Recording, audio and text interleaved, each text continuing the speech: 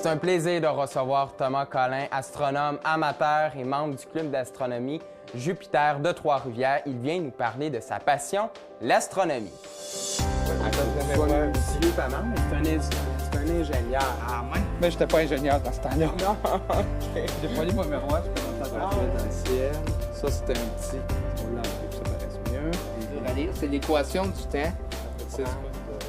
Bonjour Thomas. Bonjour Vincent. Merci d'avoir accepté cette invitation-là. Ben, ça fait plaisir. Nous sommes dans ton salon, chez toi. Donc, ma première question, d'où vient cette passion-là sur l'astronomie? Quand est-ce que ça a commencé pour toi? Moi, ça a commencé très, très jeune. En fait, j'ai quasiment toujours été intéressé à l'astronomie. Moi, je dirais qu'à 4-5 ans, j'avais déjà des intérêts, je posais des questions, je me posais bien des questions sur ce qui se passe dans le ciel, sur toutes les planètes.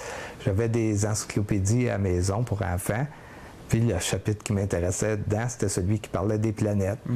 Puis j'ai appris mes planètes avant même de savoir lire. Moi, je connaissais mes planètes. On traîne une idée. C'est comme ça un peu que ça a parti. Puis à quel âge que tu as eu, pour la première fois, tu as observé dans un télescope?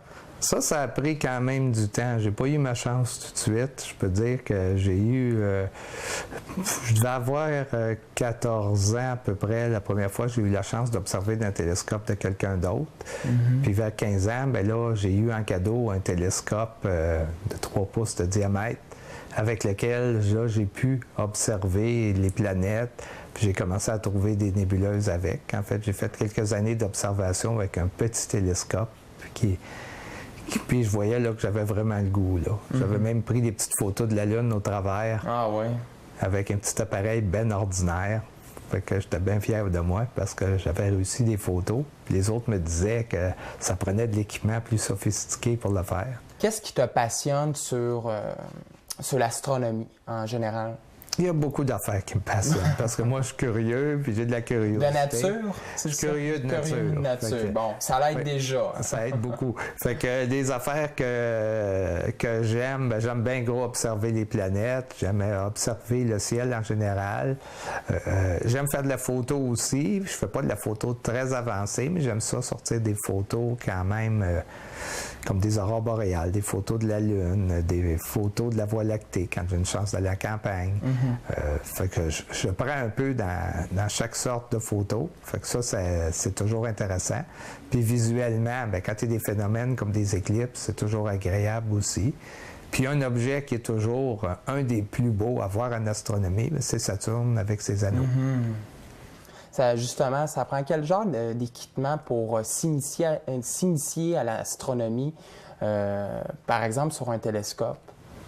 Bien, en fait, l'équipement que ça prend, ça n'en prend pas beaucoup pour commencer, même que ça ne prend pas de télescope, parce qu'on peut déjà regarder le ciel avec nos yeux. Puis une paire de jumelles aussi. Avec des jumelles. Avec des jumelles, on peut voir beaucoup d'objets. On peut voir les lunes de Jupiter. On peut voir les cratères sur la Lune. C'est petit, mais on les voit. Puis il y a beaucoup de nébuleuses qui sont visibles aux jumelles, surtout si on a un ciel noir. Puis après ça, bien, l'étape la plus avancée, là, c'est d'avoir un télescope, commencer à trouver des objets plus difficiles à voir, puis les voir mieux aussi. Ça vaut combien, par exemple, un télescope pour observer, par exemple, de quoi un petit peu plus loin, comme la Voie lactée, les étoiles? Bien, un télescope qui vaut la peine, parce qu'il faut faire attention, il y a beaucoup de télescopes sur le marché que moi je qualifie de bébelles, des télescopes qui valent des 200, 100, 200, peut-être même jusqu'à presque 300, qui ne valent pas la peine d'être achetés parce que quelqu'un qui achète ça, souvent le télescope, il se ramasse dans un garde-robe et il ne sert plus parce qu'il n'est pas assez solide. Donc, si quelqu'un n'a pas les moyens de mettre le prix, c'est mieux d'y aller avec des jumelles pour commencer. Et puis, quand on est prêt à investir, il y a moyen d'avoir un télescope autour de 400 $ qu'il faut acheter d'un endroit plus spécialisé, qui est complètement manuel et que dans ce télescope-là, on va voir une belle image, on va voir assez facilement. C'est un peu le même genre. Moi, je me suis construit un télescope de ce genre-là, de 8 pouces de diamètre, mais on peut en acheter des déjà faits qui fonctionnent sur le même principe. Donc, tu peux très bien observer avec ça. Là. Avec ça, on observe très bien. On voit facilement les anneaux de Saturne. On voit beaucoup de détails sur la Lune. Et il y a moyen aussi de faire un peu de photographie. Donc, c'est un petit peu plus complexe, la photographie d'un télescope, mais il y a moyen d'avoir des belles photos de la Lune, d'avoir les cratères sur la Lune, puis même réussir à aller chercher les anneaux de Saturne, puis un peu Jupiter. Ça se prend assez bien. Là, vous êtes impliqué, Thomas, dans le club depuis combien de temps? Parce que tu fais partie d'un club d'astronomie, le club Jupiter de Trois-Rivières. C'est quoi ton implication dans ce groupe-là? En fait, moi, je suis impliqué depuis que je suis dans la région de Trois-Rivières, en 1979, que je suis rentré dans le club. Pas longtemps après, je suis venu responsable du club. En fait, j'ai été président du club pendant bien des années. Maintenant, je suis toujours impliqué au niveau du CA du club, sans être le président, mais je participe aux activités, je donne des conférences aussi, parce que le club va donner des conférences l'été. Au niveau scolaire aussi. Dans les écoles. Puis l'été, on en donne au Parc national de la Mauricie, on en donne à d'autres endroits aussi lors des Perséides. Fait qu'il y a de l'implication aussi de ce côté-là. Et parle-moi des activités, des réunions, mais également des activités d'observation que vous faites au niveau du club. OK. Côté réunion, bien, on se rencontre une fois par mois. Puis lors de ces réunions-là, on va faire le ciel du mois, dire qu'est-ce que c'est qu'il y a à observer. On va avoir une chronique sur l'astronautique, expliquant qu'est-ce que c'est les missions qu'il y a eu vers les différentes planètes, toutes les nouvelles comme ça qui viennent de la NASA. On a toujours une petite conférence aussi sur un sujet différent, puis une petite conférence aussi pour les débutants au club. Fait que ça, c'est ce qu'on fait dans nos réunions. Puis de temps en temps, on va faire venir un conférencier de l'extérieur. Ça peut être un astronome professionnel ou ça peut être un amateur venant d'un autre club qui va nous parler d'un sujet précis. Et lors de nos soirées d'observation, bien là, on va aller à un endroit qui est noir, où ce qu'on va pouvoir observer avec plusieurs télescopes puis partager nos observations avec tous les membres du club qui viennent. On a aussi des soirées d'observation de prévues avec le public. Ça, c'est ouvert au public, peu importe leur âge, là. C'est ça, n'importe quel âge, c'est intéressant pour tout le monde. Les observations publiques, c'est ouvert, c'est souvent des familles qui viennent, fait que des enfants, des adultes qui viennent. Puis nos observations à nous autres, c'est plus les membres, quand c'est nos soirées à nous autres. Pour les personnes, par exemple, qui souhaitent débuter en astronomie, qu'est-ce qu'ils doivent faire exactement? La meilleure affaire qu'une personne peut faire, c'est joindre un club et rencontrer d'autres astronomes amateurs. Il n'y a pas de prérequis en tant que tel, à part aimer, avoir le goût d'apprendre. La curiosité aussi de l'astronomie. La curiosité, effectivement. Fait que ça, il n'y a pas de prérequis. Il ne faut pas, surtout pas acheter un télescope avant de rentrer dans le club. C'est mieux de rentrer dans le club, voir le télescope des autres et après décider si on a le goût de s'en acheter un, puis savoir quel genre de télescope qui répond à nos besoins. Parce qu'un télescope pour la photo astronomique, par exemple, ne sera pas nécessairement le même qu'un télescope pour l'observation visuelle. Donc, la personne, quand elle achète son télescope, ça dépend de ses goûts. Puis là, à ce moment-là, on peut aider à diriger. Vous les conseillez aussi aux gens. On peut les conseiller pour se diriger et acheter qu'est-ce que c'est qu'ils ont vraiment besoin, qu'est-ce qui répond à leurs besoins. À leurs besoins. Thomas, tu construis tes propres télescopes par toi-même. Comment qu'on fait ça? Bon, la construction d'un télescope, en fait, j'ai appris ça dans un club d'astronomie parce que quand j'étais plus jeune, il y avait beaucoup de monde qui en construisait, donc on échangeait la façon de faire.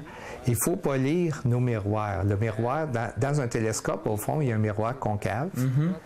Et ce miroir-là, on le polit avec une extrême précision. La façon de faire, c'est qu'on a deux disques de verre qu'on frotte l'un contre l'autre en mettant une poudre qu'on appelle du carborandum entre les deux. C'est à peu près ce qu'on trouve sur du papier sablé. Puis avec des courses bien précises, on réussit à rendre notre miroir concave pendant que l'autre morceau de verre qu'on appelle l'outil devient convexe. Et ça va nous donner éventuellement un miroir concave qui va avoir la bonne forme.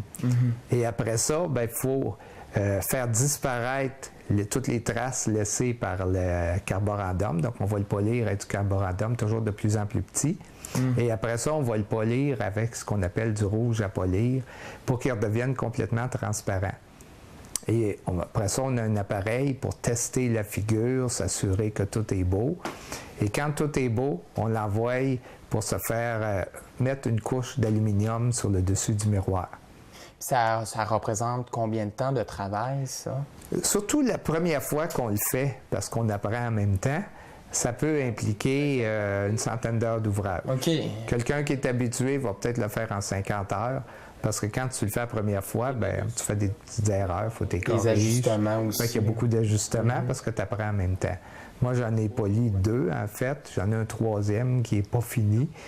Mais j'ai un miroir de 8 pouces de diamètre. C'est mon gros télescope. Puis dans le télescope qui est ici, juste en arrière, ben, j'ai un petit miroir de 4 pouces et quart que j'ai poli aussi. Et après ça, ben, il reste à trouver un tube. Fait que mon gros télescope, ben, j'ai acheté un sonotube pour couler du ciment. Et c'est ça que je me suis servi comme tuyau de télescope. Et j'ai une monture en bois qui me permet de tenir le télescope. Sur le morceau de bois. C'est ça. Puis les roulements, en fait, tout se déplace sur du téflon. OK. Fait que ça fait un mouvement qui est super doux. Puis avec ça, ben, j'observe facilement. Est-ce que tout le monde peut construire un télescope ou ça prend une formation ou quelque chose comme ça? Quelqu'un qui est dans un club d'astronomie, parce qu'il faut faire de l'entraide pour s'entraider. Faire le miroir, il n'y a pas beaucoup de monde qui font ça aujourd'hui. Il y a moyen d'acheter un miroir déjà fait et de faire seulement la monture. Ça, c'est quand même à la portée de tout le monde. Il existe des plans sur Internet maintenant aussi pour nous dire comment faire. Fait que c'est quelque chose qui devient quand même à la portée de quelqu'un qui est déterminé, qui voudrait se construire. Il peut le faire. Quels sont les principaux événements? Parce qu'il y a des événements au niveau de l'astronomie qui vont se dérouler au cours des prochains mois. C'est quoi exactement les prochains événements? Les prochains événements, il y a présentement, on a l'observation de Jupiter, on est dans le meilleur temps de l'année pour cette année. Dans les mois qui s'en viennent, il va y avoir Saturne qui va être bien placé. Et un événement très particulier, le 21 août, il y a une éclipse de soleil, une éclipse totale de soleil aux États-Unis. Nous autres, ici au Québec, on va avoir ce qu'on appelle une éclipse partielle, c'est-à-dire qu'il y a une partie du soleil qui va être cachée par la Lune. Et cette observation-là, le club de Jupiter, justement, va organiser une soirée d'observation où ce qu'on va avoir des filtres solaires qu'on va pouvoir fournir aux gens pour pouvoir l'observer de façon sécuritaire. Parce que c'est sûr que c'est bien important, quelqu'un qui n'est pas équipé de filtres exprès pour observer le soleil ne doit pas regarder le soleil, c'est super dangereux. Bien, merci beaucoup. Très intéressant, Thomas. Merci beaucoup. Ça fait plaisir. Comme la Lune, ça c'est une photo de la Lune prise dans mon télescope. Il tourne sur du téflon. Fait que ça tourne très très smooth. Maintenant, oui, ça a été inventé par un monsieur Dobson. OK. Donc, on appelle ça un télescope Dobson à cause de ça. Le principe de le monter comme un canon, en fait, c'est monté comme un canon. Cogeco TV, un service exclusif aux clients de Cogeco.